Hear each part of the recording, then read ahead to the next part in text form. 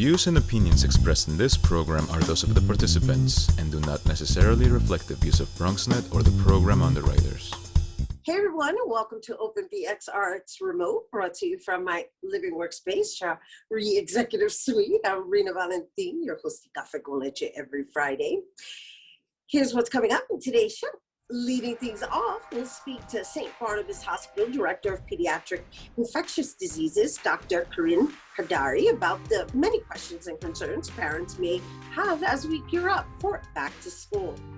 After that, we'll learn about Plantega, a Bronx-based program bringing vegan fridges to bodegas across New York City, when we speak to Plantega Co-Founder Erick Castro. Then we're joined by Fitness Instructor Tamika Harden to discuss the different ways we can shed weight to stay fit and healthy amid the pandemic.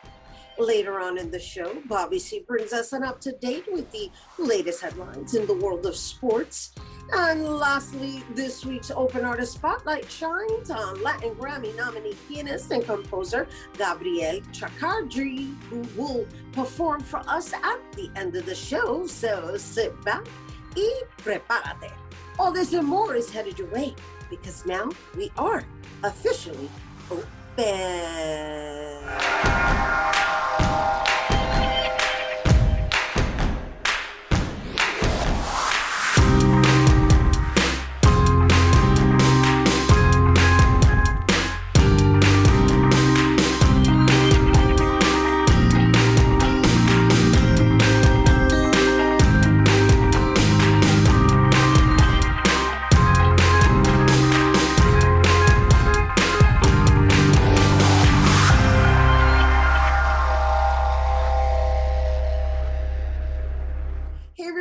Welcome to Open. I'm Rhina Valentin, your host of Café con Leche for the next hour, encouraging you to get social with us online. That is, tweet us and follow us on Instagram at BronxNet TV and like us on Facebook at Open BronxNet Television. And of course, while you're there, follow moi on Twitter, FB, Instagram, Insta Stories, and LinkedIn at Rhina Valentin. So, children are officially going back to school, and while the Delta variant continues to surge throughout the United States, many parents, like myself, have questions on how to keep our kids safe and healthy for the school year. And joining us to provide some health advice for vaccinated and unvaccinated children, please welcome St. Barnabas Hospital Director of Pediatric Infectious Diseases, Dr. Carine Hedari. Hi, thank you for having me.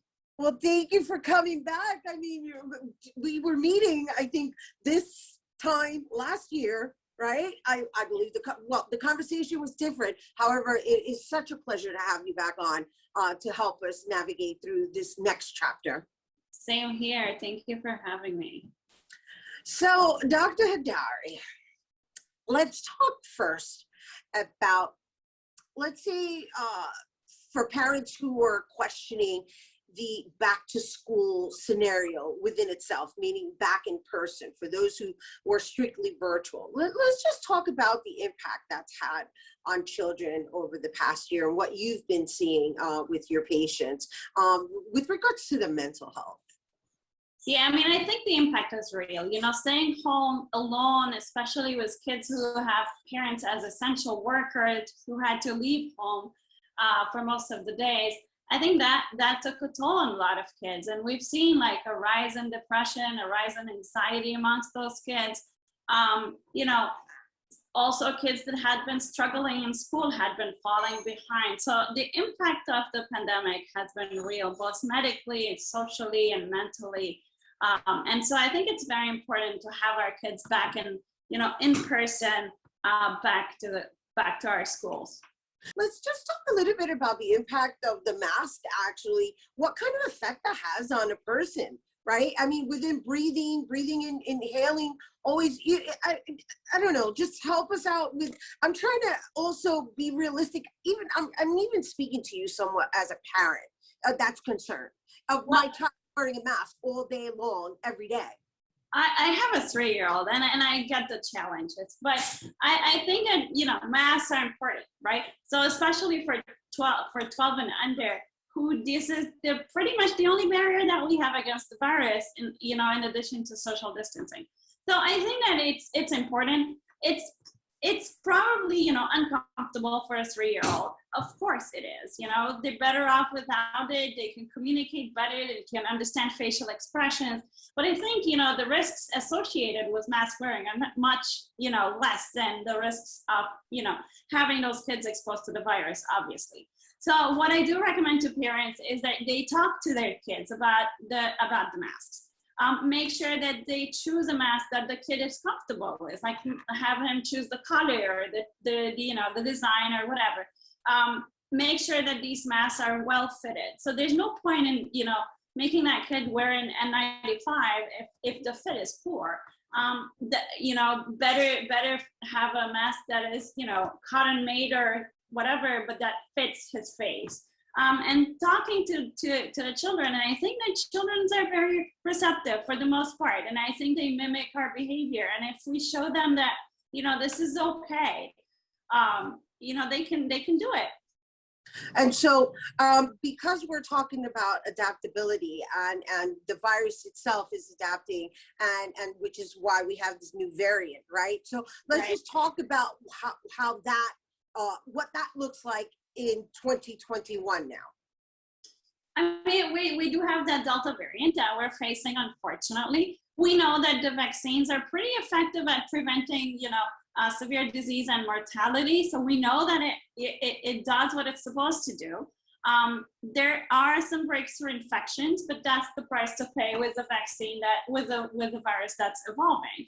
And so I think that, you know, the Delta variant risk is real because it increases the infectivity of the virus. But we have a lot of ways to mitigate spread, including, like you said, mask wearing, including having kids socially distance at school. So like those 3 feet rule, and making sure that everybody around those kids are vaccinated. So it is true that 12 years and below are not able to get vaccinated at the moment. We're hoping that it will happen soon, sometime soon in the future. But for the moment, making sure that there's a bubble around them and making sure that all the adults that are around them are vaccinated, including teachers and staff, I think that that's very important. And so, again, we went from 6 feet to 3 feet. So why 3 feet now?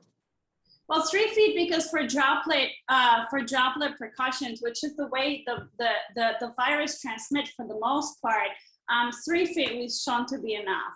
And so we're doing that 3 feet, and that's part of the science evolving, like you said. So, you know, we learn more and we change things that we were doing. So 3 feet is okay now for schools.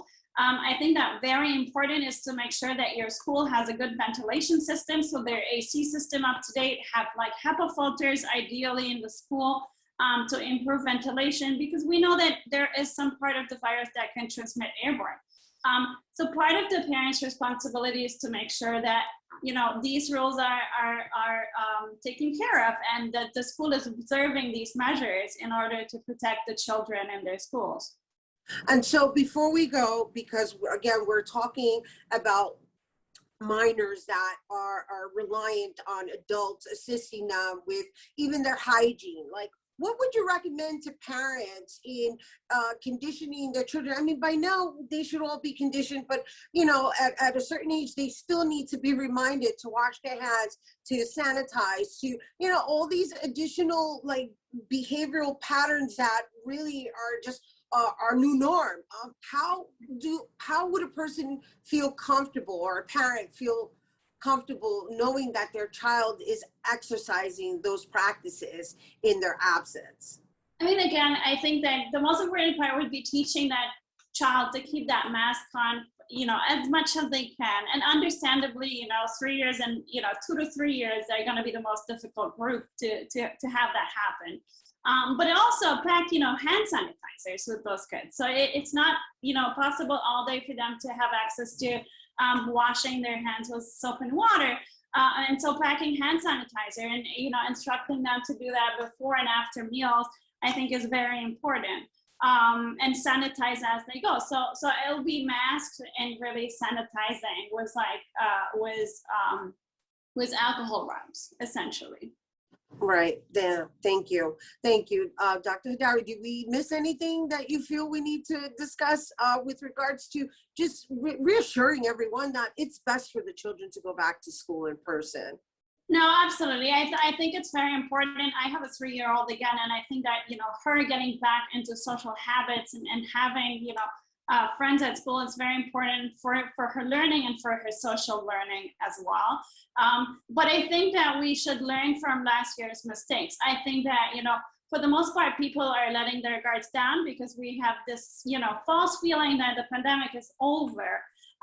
We're in a better shape for sure, but I think that we shouldn't really let our guards down. So use the tools that we learned that work best. So masking, ventilation, and vaccinate everybody around these kids, I think, is the most important tools to keep them safe and have them be in person this year.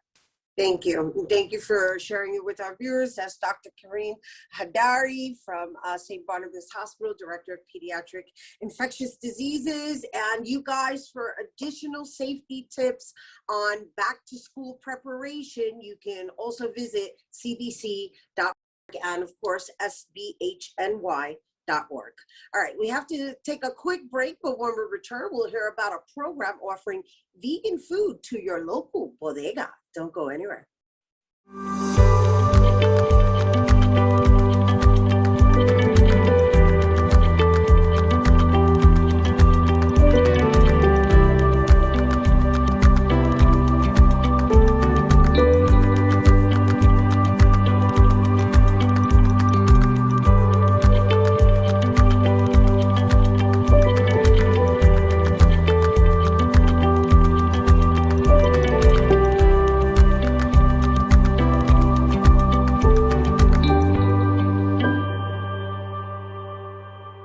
Students have the tools they need for the upcoming school year. The Bronx Community Action Team under the organization Phipps Neighborhood held a back-to-school giveaway. Director of Community and Public Safety Willie Thomas says this community engagement project comes after seeing the aftermath of COVID-19. Our young children getting ready to go back to school in September. The pandemic had hurt families economically, right?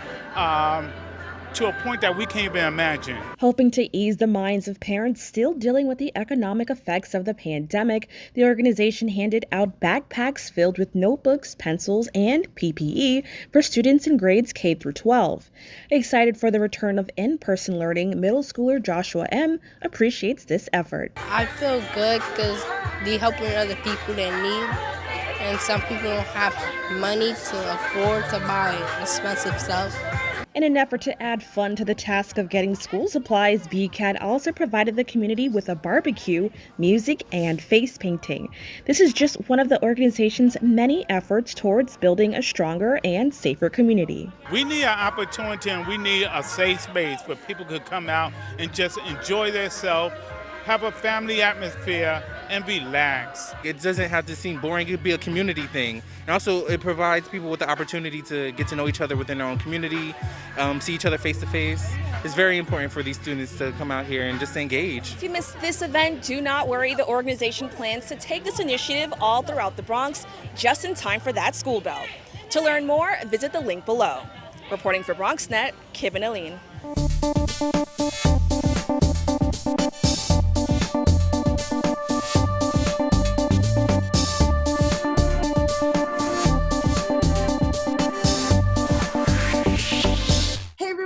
Welcome back.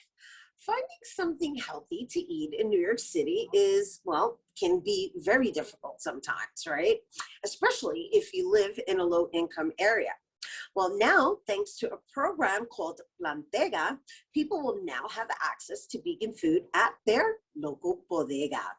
The program initially began with a 12-week program at 3 bodegas and now has expanded to 15 bodegas. And joining us to tell us more, we welcome Plantega Co-Founder Erick Castro.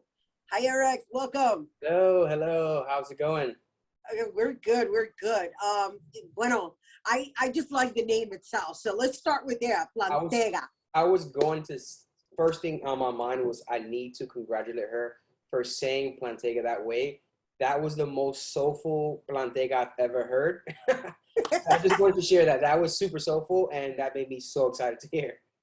I love the name. I love it. I love it's a combination of two words, right? Yeah, Plant and bodega. Yes. Plant-based and bodega. Plant-based and bodega. All right. So obviously, if you're not getting the gist of what we're discussing, we're discussing veganism, right? So let's just start with that then. Let's start with like when you became a vegan, why you became a vegan, and then we can kind of share with everyone this beautiful, amazing concept that I'm totally into right now. Yeah. So I started a vegan diet maybe almost 7 years ago. I had a great friend of mine that would just constantly telling me like, don't eat animals, don't do this, and the planet this and the planet that. And growing up in New York City, you don't really have connections with animals besides like the rats and pigeons and the dogs you own. So I didn't have that connection. And one day I was like, you know what, I'm going to try it just because, you've been acting for so long. I'm going to give it 30 days. I'm going to go pescatarian, which means I was eating dairy and seafood, just not any meat from the land. And it was a huge change for me. And I did that for a year. And ever since then, I went straight to a plant-based diet. Well, I thank you for sharing that. And the reason I said I'm into it is because I'm gradually shifting into becoming a vegan myself. And it is a process. I stopped eating red meat a long time ago. However, there's still the chicken and the fish. And but then there's this consciousness, right? So it's not just solely about the diet. It's about the consciousness, a collective consciousness of environmental justice, right? And so this whole transition has become a little challenging because of the fact, which is where your product comes in. It's not exactly easy to find vegan dishes in local venues. Yeah. And so let's talk about Plantega in the forms that you've created, right? So based on everything I've researched, right? And you just informed me that there's one close to where I live, which I'm really excited about. But it's a refrigerator that is vegan based, right? But then there's also grills that also cook vegan. And so is that like a course or something? Like talk to me about the whole structure. Yeah, so what we do is we reach out on social media, and we also put the footwork in, walk around New York City. We try to figure out locations that currently don't have plant-based options, or locations where you would never expect people to even think about eating a plant-based. And we go to the bodegas and we just pitch the idea of, hey, we have all these plant-based items at a great price. We work directly with these companies. We can provide you an entire plant-based menu for the grill if you can dedicate us half of the grill to strictly the plant-based meals. And we'll train the cooks. We'll come by. We'll do all the PR, the marketing, which is something that bodegas never had. And now we have this platform where, we highlight other items that they have, the people that work there. And, 9 out of 10 times the bodega owners are like, hey, I'll love to give it a try. Let's see if it works. And they usually love the feedback. The community comes, they bring positive energy. They're spending their money, in their community, which is huge. And it's been a huge blessing. Sometimes I feel like it's like almost too good to be true. It's an amazing concept. I mean, I may be speaking from a personal perspective and as a Latina, right? And I'm saying this because my transference is all about taste buds, right? So it's kind of like, listen, if it tastes good, I'm going to eat it, right? Obviously, if it's better for my body, I prefer it. However, I'm not necessarily interested in sacrificing my palates, No, I totally understand. Food has a strong connection with memories, especially like heritage and, family members, especially the ones that are not here with us. And, making that plant-based change, it's hard to let those things go sometimes, but, you can also still learn how to make things with those similar textures and flavors, it's a huge thing, for example, I grew up eating sausage, egg, and cheese in bodegas for breakfast for middle school and high school, almost every single day.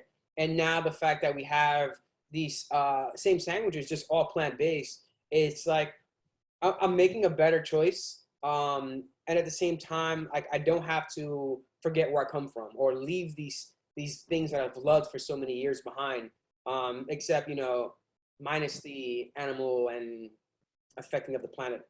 Right. And so, and if I heard you correctly, you're saying that you actually train the chefs or the people cooking the dishes in the bodegas to make it taste exactly like as if though they were eating meat. Yeah, it's so it's just a funny thing because I've trained all the locations, so it's usually like they're kind of clueless or confused what vegan is. So they'll like, is that a real egg or is that a real sausage? And I would tell them like, hey, I'm gonna cook this with you, and we're gonna make it almost the same exact way as you make the regular one.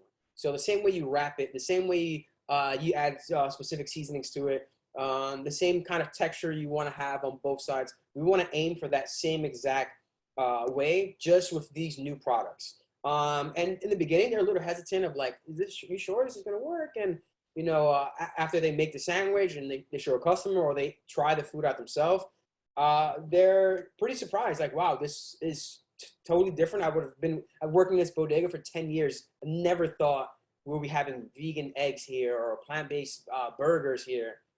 Yeah, so it's that should be a show of its own. Right. And we do want to share with the viewers that also comes from you having a restaurant for very many years that you happen to closed down over the pandemic, which basically left the space and it allowed you to create this new concept of Eat Plantega. Well, that's at least the handle's names, but just the Plantega concept itself and the fact that you continue expanding. I understand that these you just made 15, having just recently opened in 2 additional stores this past week.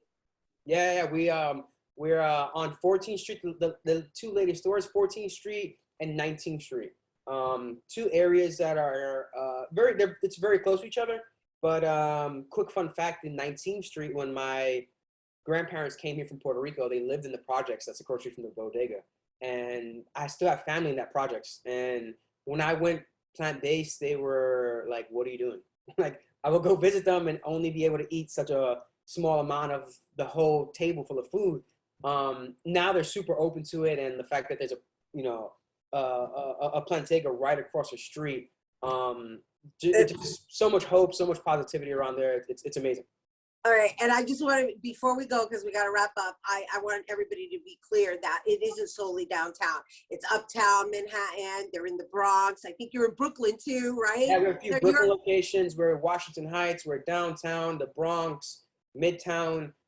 Where the next big steps for us is getting more locations in the Bronx and getting our first location in Staten Island. Wonderful. Erick Castro, everyone. And just in case, you know, because this segment went quicker than what I would have liked, you can just always go to their website to find out the nearest location. And I hope you get the gist of what we just discussed. Really, it's about knowing that there's certain local bodegas that are offering you plant-based food as well as plant-based cooked meals. Yeah. So, Erick Castro, great concept. Once again, you guys, for more, you can visit them on IG for updates at Eat Plantega. And if you're interested in some recipes, you can go to their website, eatplantega.com. All right, we have to take a quick break, but when we return, we'll get some fitness and wellness tips for the fall. Don't go anywhere.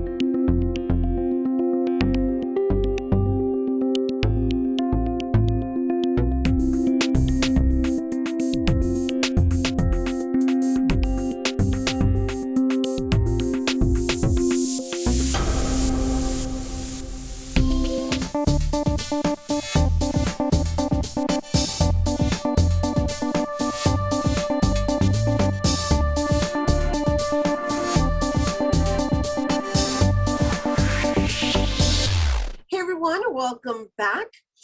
Amid the pandemic, many people found it hard to stay fit since gyms were closed. And, well, you know, all of us were forced to adjust to new routines in life. And so our next guest, she's a professional personal trainer that has a passion for transforming bodies and lives from inside out. And of course, that's through fitness and wellness. And she's here to give us some fitness tips for the fall. Please welcome Body by Tamika founder, Tamika Harden. Hello and welcome. Hello to everyone. Well, welcome back, I should say. The last time we had you on was in 2019, which was, as far as I'm concerned, an entirely different world. Yes, it almost feels like it was so long ago because so much has happened since 2019. So yes, and business-wise, but also world-wise, the pandemic and all. So it has been a lot. Well, you know, I gotta say, Tamika, you look just as great as you did in 2019. Thank you. That has also been a struggle. So yes, thank you.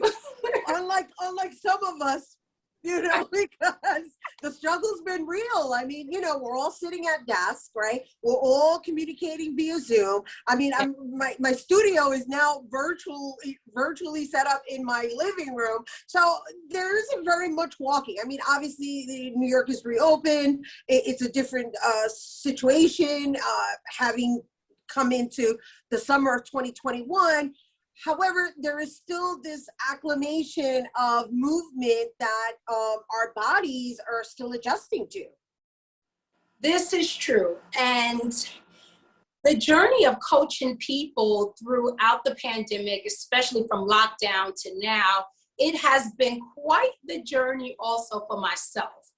Because you really have to, you have to practice what you preach. And as a motivator, you need to be motivated. And during a very trying time like the pandemic, it was harder to motivate myself on a daily basis. So what helped was as I, transitioned into the Zoom virtual community, we literally uplifted each other every day. Without getting emotional, I mean, my clients would say to me, you have been a pillar. You have helped us so much through this pandemic, and it was the same. So just that sense of community and finding a way to deal with our new normal, it wasn't easy for any of us, but I think support and just trying to get a routine going is what we all tried to do. And so but prior to us getting on air, you had made a statement about becoming fit to fight COVID. And I was like, oh, you got to tag that one, because there's a reality to that, though. There's a reality because in essence, we're battling an invader, right? It's an invasion of the body. And so while it's internally, there's other factors that go into play, which is the consistency, of the motion, right? And so based on going back to the fact that we were all sitting at a desk, and our movement is limited and our backs are being taxed. My back is like, I've been struggling for the past, I want to say 5 months with just walking, I mean, I've finally reached a place where I don't necessarily have to pause and stretch, even though stretching should be part of your daily routine. But can you just for anybody who isn't even on the path of that movement, what would you recommend as just a discipline in your daily routine? Okay, so I started using, people are going to be like, I do this already. I started using my alarm clock, setting timers in my phone for other things besides waking up in the morning, because that's all I used it for. So you could set an alarm at 12, at noon, at 1 o'clock, whatever time works best for you in the midst of working from home or at the office if you are, and have that thing just ring off to remind you to get up. and just get up and stretch and move a little bit. If you have the luxury of being able to escape for 30 minutes and go for a walk around your neighborhood, that would be a bonus. But if you cannot leave home and you have to stay there, just get up, stretch. You can put on your music, something that will motivate you, make you smile, get you going. And it will be a refresher, but it will also be beneficial to the body when you return back to work. All right, so we're talking about the movement, you're talking about music, you're talking about just being with yourself, right? And so again, going back to the discipline, right? Because the idea is that as a New Yorker, we were always in motion. We're walking here, we're walking there, up and down the subway, we've got the ladder, the steps, it's like it's a supplement for a step ladder. And so now that we've got this new norm in the already you offered this half an hour break if possible, is there a certain routine that should be incorporated to target every aspect of the body that you can do within that half an hour that doesn't come across as work? You know what I mean? Like, for me, when it comes to training, it's like, can we make it fun in a way that we're being conscious of what we're targeting? Yes. To really help with that is going to be, okay, there's one or two ways to go about this. You start out with very beginner-friendly body movement, because movement for the body is good.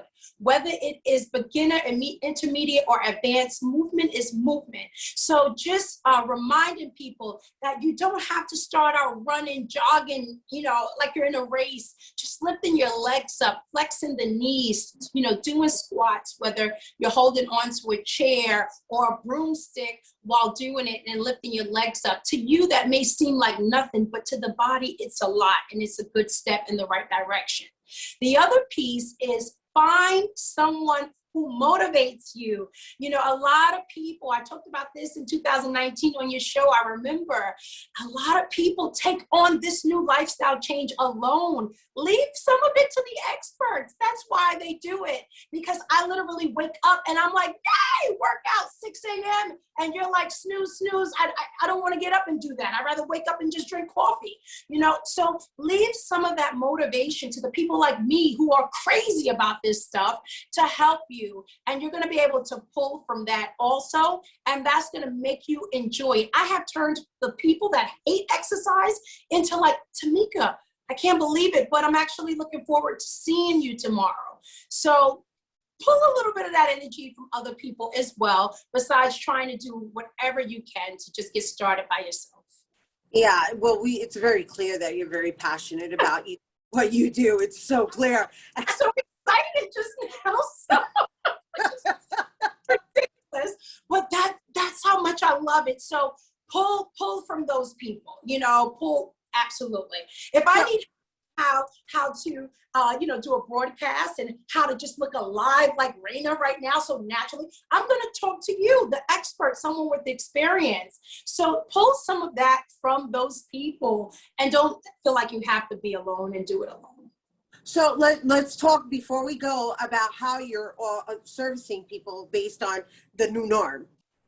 So the pandemic forced me to move to virtually, but it was one of the biggest goals on my to-do list. So it was a rush and a push, but in the right direction. So now I am building a larger online platform. I have revamped my website. I've partnered with a production company to offer my live workouts and pre-recorded workouts.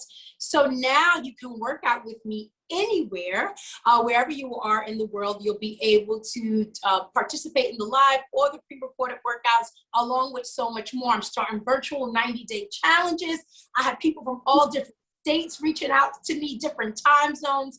So yes, I'm expanding virtually because it allows me to also be home with my children more, something that I didn't realize I was away from until the pandemic, like many of us. So yes, I am around. I can be in your living room. I can be at your desk. I can be at your gym with you. Wherever is convenient, I can be there to support you. Woo! Sign me up. Sign me up. All right, well, where do people go? So you can find out about my program, register for the program at bodybytamika.com. I'm also on Instagram as Body by Tamika, Facebook, and YouTube. I'm like, that's the next thing on the list. All the workouts and some of, a little bit of the program available on YouTube as well. Well, we're looking forward to all of it. And thanks for bringing it here to our audience. Tamika Harden, Body by Tamika. And once again, if you're interested in a consultation or personal training with Tamika, you can visit her website, bodybytamika.com. All right, don't go anywhere. Bobby C's Weekly Sports Roundup is coming up next.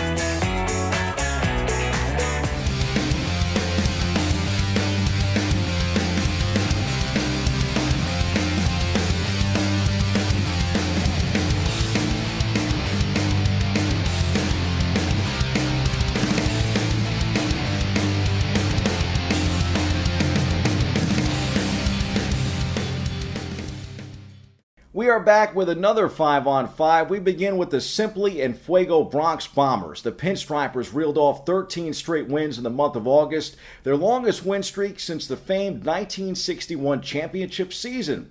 The A's would prevent win number 14 in Oakland, but the Yanks got right back to winning thereafter. It's a pretty impressive feat when you think about it. The first 13-game winning streak in 60 years for the Yanks. Here's more from a very happy Yankee clubhouse. Just we're trying to put our best foot forward every day. And I would just say the focus in that room, the purpose in that room is what you want it to be. And,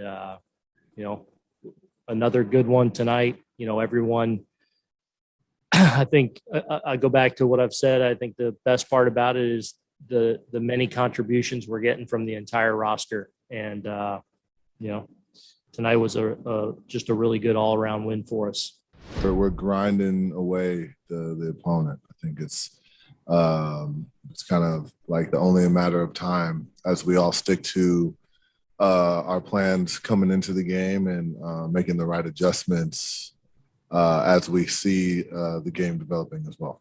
It's what we thought we were going to do all year. And, this game's hard. And, obviously, you can get into bad ruts and, guys, aren't getting the job done with running score position, whether it's guys not getting guys out. And we're finally getting to a point where, I think we're getting ahead and we're scoring runs early in the game. And, we're taking a lot off our pitchers. And, obviously we're capable of scoring 5-6 runs an inning, at any point in the game. So it's been clicking right now. And, obviously we still got 2 more big games against this team. And obviously we're going to go out and do our best.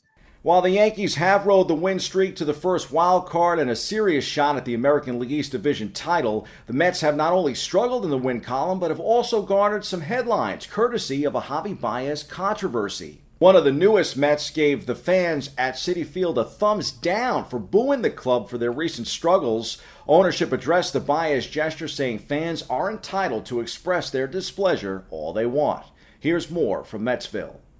We're not machines. We're gonna struggle. We're gonna struggle 7 times out of 10, and it just feels bad when we strike out. When I strike out and I get booed, it doesn't really get to me. But I want to let them know that when we success, we're gonna do the same thing to know how to let them know how it feels. Because if we win together, then we gotta lose together. And the fans are really big part of it. So. In my case, they gotta be better. I play for the fans and I love the fans, but if they're gonna do that, they just putting more pressure on the team, and that's not what we want. The Yanks and Mets headline on the front end of 5-on-5, taking the 5th and 4th spots respectively, while the first remarks from Bronx native and newest Knickerbocker, Kimba Walker, come in at number 3. Kimba is thrilled to be coming home. It's an unbelievable feeling. It's a great feeling. Just to repeat what you said, just growing up here, walking around the city and, seeing all those guys' faces on those billboards, who play for the Knicks, who I've always been fans of. And, now to see myself up there, along with Evan, a guy who I've known for a minute now, it's an unbelievable feeling. Yeah, great feeling. Speaking of the New York Knicks, Walker's new teammate Tash Gibson made his way over to see the Hoops in the Sun Roundball Classic Championship game Sunday here in the Bronx. And what a chip it absolutely was. The son of the late, great Nick Anthony Mason, Antoine Mason, hit the game winner for hidden talent en route to winning the championship game and MVP honors over Team Bang. It highlighted a wonderful day of hoops and community that also saw BronxNet top Latino sports in our annual staff game. The trophy is home with Michael Max Nobby. Congrats, boss man. As for the fans that may have missed it, you can watch our full report of the day with reporter Arlene Makoko right here on BronxNet. Hit snabs the 2 spot, which leaves us with some preseason football coming in at number 1. The Giants were edged by New England and are 0-3 in the preseason, while the Jets capped their preseason with a tie against Philadelphia, 2-0-1 for Gang Green this preseason. Here's the latest from the Giants and Jets. Both teams open the season next weekend. Offensively, we moved the ball well. We were able to sustain some drives. We got to finish drives. Ended the first half with a nice 2-minute drive. That was something we wanted to get in this game if it came up. We were able to take advantage of that. Saw some good execution on that, across the board from the offense. That's exactly how we want to operate in that situation. Defensively, made some nice plays. We're able to have a turnover, set some good field position. To me, we got to eliminate the penalties. Get off the field, not extend drives. There are mistakes right there. I thought the kicking game, covered well. Had some opportunities in the return game, some opportunities that didn't come up due to some of the hits that they had as well. But I was pleased overall with a lot of those guys and what we saw on tape. But in all units, there's things to build off of, things to correct for. We got 2 weeks to get a lot of things accomplished, so we got to get moving fast. I don't know if I could point to one specific thing that I've learned. I feel like I learned a whole bunch, just as far as my routine, I think is always big as far as just kind of how you get yourself ready to play, what things you feel like you need, what things you don't, how you're going to warm yourself up, and then those preseason games, you kind of use that to tweak it each week and kind of find what you want to do. And then things I want to just keep getting better at is just the operation, making sure I'm, commanding the huddle, getting guys in and out, and then of course just moving the team up and down the field, avoiding turnovers, avoiding negative plays. There's always so much you can work on. We counted down from 5 to 1. Now we'll count up from 1 to 5, as in the 5 stories that you should be looking out for this weekend and the week ahead. The pro football teams might be gearing up for their regular season next weekend, but the college football season is already underway. The first official game of the season for Fordham football is tomorrow in Nebraska. The Rams get underway at noon. You can listen on your radio dial right here locally on WFUV 90.7 FM. In at number 2, the Yankees will host Baltimore this weekend at the stadium after returning from their West Coast trip. The Mets come in at number 3 as they head to our nation's capital to square off against Washington. Meantime, in motor racing, Formula One had a soggy Belgian Grand Prix cut short last weekend, but will look to make up for it this weekend in the Dutch Grand Prix. That goes down this Sunday. You can watch stateside here in the Northeast at 9 a.m. on ESPN. Lewis Hamilton is clinging to a slight edge in the title fight against Max Verstappen. And at number 5, speaking of title fights, although it doesn't go down this weekend, it was announced this week and should very well go on your calendar in planning the months ahead. For the first time in 2 years, the Octagon will take over Madison Square Garden. UFC confirms that it will hold its UFC 268 pay-per-view event at the world's most famous arena on November 6th. Welterweight champion Kamaru Usman will defend his crown against Colby Covington for the second time in the main event. The champion stopped Covington via 5th-round TKO in December 2019 and successfully defended his title twice in the first half of the year. That's 5 on 5. We hit the C-list for a knockout finish.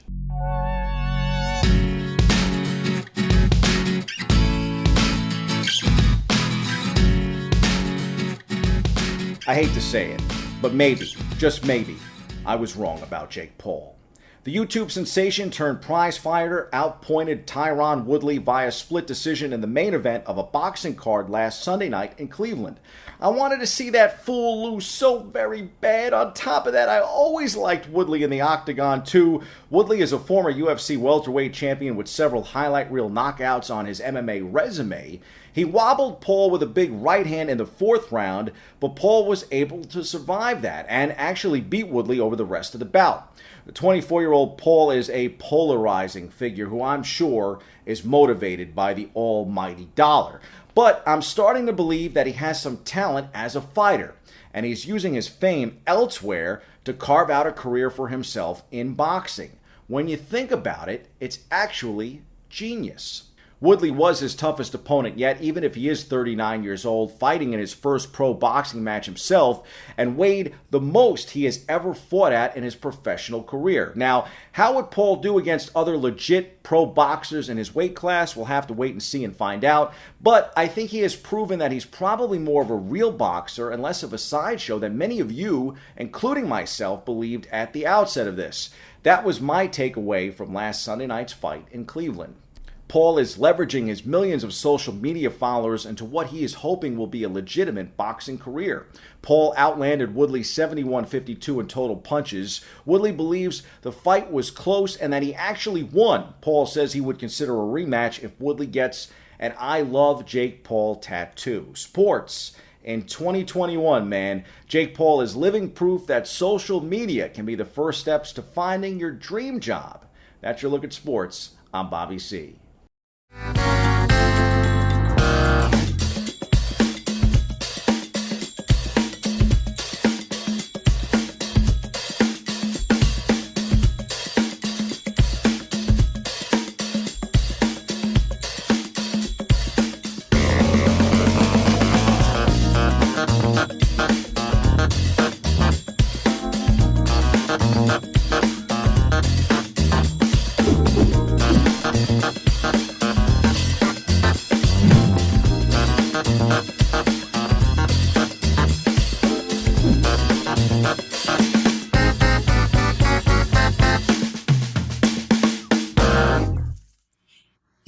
Welcome back. Our last guest is a Latin Grammy nominee pianist and composer who's known for merging the sounds and music of his native Venezuela with New York City jazz.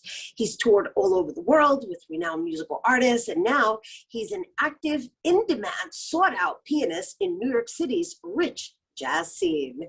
Please welcome Latin Grammy nominee pianist and composer Gabriel Chakarji. Hello and welcome. Hello, Rhina. Thank you for having me. Welcome to our show. It's a pleasure to have you. Yes, it is a pleasure. I'm really excited. Bueno. I did the grand introduction for you porque, I've been feeling it really on a personal note for our musical scene. And the fact that I learned that you actually recorded an album in 2019 and you were able to have it released in 2020. I just wondered what that period looked like for you. Sure. Well, first of all, that album is called New Beginning, and this album, I basically put together a lot of the songs that I wrote in my time here in New York. I've been here in New York for 7 years. I moved when I was 21, and that's why, it's a lot of different influences coming in. But then I recorded it was going to be like my debut album as a soloist, and I was supposed to release it in March. That right when the pandemic hit, and then of course I had to postpone it, but then I was like, this music is ready, and a lot of people, was kind of checking out a lot of music and trying to, use music as a relief from all of the stuff that was happening, and of course people were spending a lot of time in their houses and everything, and so listening to music kind of a lot more, I would say, and that's why I decided to release it back in May in 2020, and it was a different experience. I mean, I couldn't really play like a CD release party or really do like a promotion, more like interviews like this, from my house, from the lockdown. But it was interesting, and yeah, I'm happy that I did it that way. So the title itself, did it come from the circumstance, or was that the title that you were going to release the album with? Oh no, that was the title that I was going to use. That was before we even knew that COVID existed.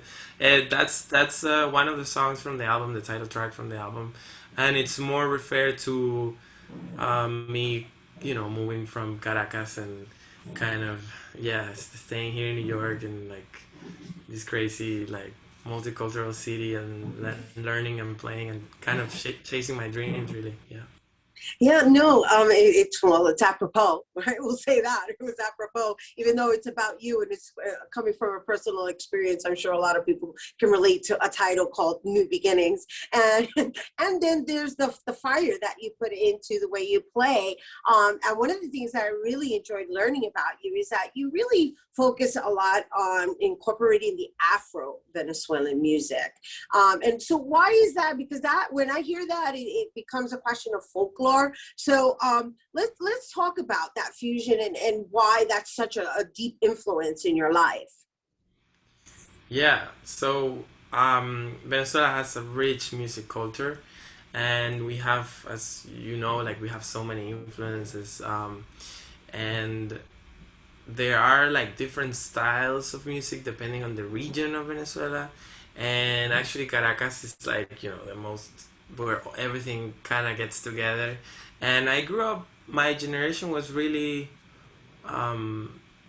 getting enriched by all of these styles and kind of going back to the folklore, because I think probably 30 years ago people were more either like focus on one style. Okay, if you do rock in español, rock en español, or if you do like salsa, or if you do jazz, it's kind of jazz, like pretty straightforward.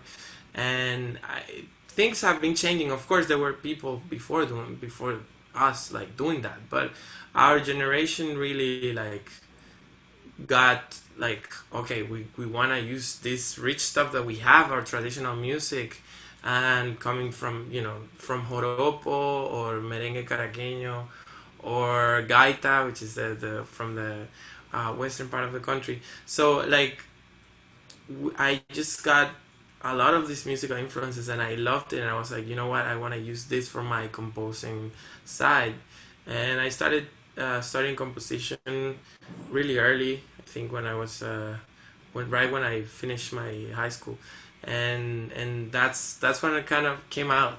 But I always loved jazz, and I was part of a big band back then, like a jazz big band, and we played mainly jazz. But jazz as a style of music is really open to kind of get these other styles, and you can merge so many things, and that's kind of it came about. But the Afro-Venezuelan music, I want to say, is not that known. People, maybe if you know about Venezuelan music, people mainly know joropo, which is like the la música llanera music, which we share also with Colombia. There's also a lot of joropo in Colombia, and this is probably the most known Venezuelan music. But we have the Afro-Venezuelan music is all the music from the coast, and of course that's our Afro influence, and it's really similar to all the Afro, for example, Afro Puerto Rican music, like a lot of golpes in bomba and plena are really similar to the golpes that we have in Venezuela that have different names like sangueo, aragua, cumboto, but we have like similar influences, and I think that's really rich and really interesting. Yeah, well, I bring it up because I think it's admirable that you continue to honor your ancestors and your heritage, and of course there's the genre of jazz that actually welcomes it. It's so, you have the strictness of having to follow a certain formula, but then there's this rumba in which you can now fuse in and just be an innovator as such as yourself. So before we go, we briefly tapped into the discussion of the Bronx Music House, and I want to make sure that our guests are familiar with that. For sure. So Bronx Music House is a collective of mainly Venezuelan musicians. We're like a family of Venezuelan musicians that move into the city, and really kind of the same mindset of like bringing our music to a different level and also bringing it out to the world so that more people know about it. And we produce like musical videos. There are performances usually like kind of jamming, and they range in different styles, like from Afro-Venezuelan tambor or maybe some Venezuelan traditional music, but also we have salsa, we've had different artists, singers, and it's really interesting. And it's on YouTube? Yeah, we have a YouTube page and an Instagram page. It's all the Bronx Music House. You can follow us there. We're always sharing content. Bueno, gracias. And thank you for bringing it to our viewers. Everybody, Gabriel Chakarji, pianist and composer, Grammy nominee, and we don't want you guys to go anywhere because when we come back, he's actually going to perform from his new album release, New Beginnings. Don't go anywhere.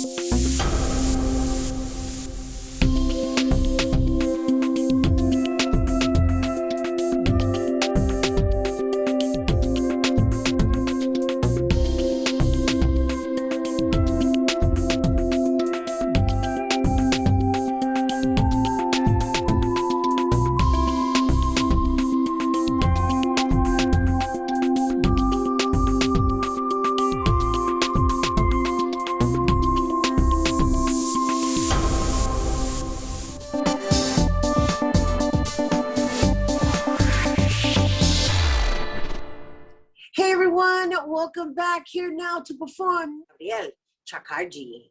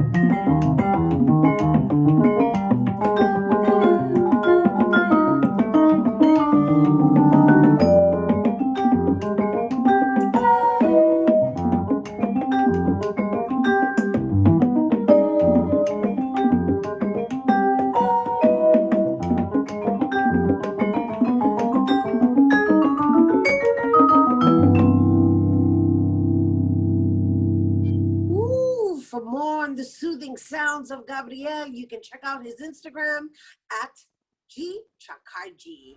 That is our show today, mi gente. Thanks to all our guests for coming through and to you, our viewers, for tuning in. If you missed any part of the show, you can check out the Recablecast tonight and 24 hours a day at BronxNet.tv. I'm Rhina Valentin, and from all of us here at Open, may the universe provide peace, prosperity, y amor. Adios.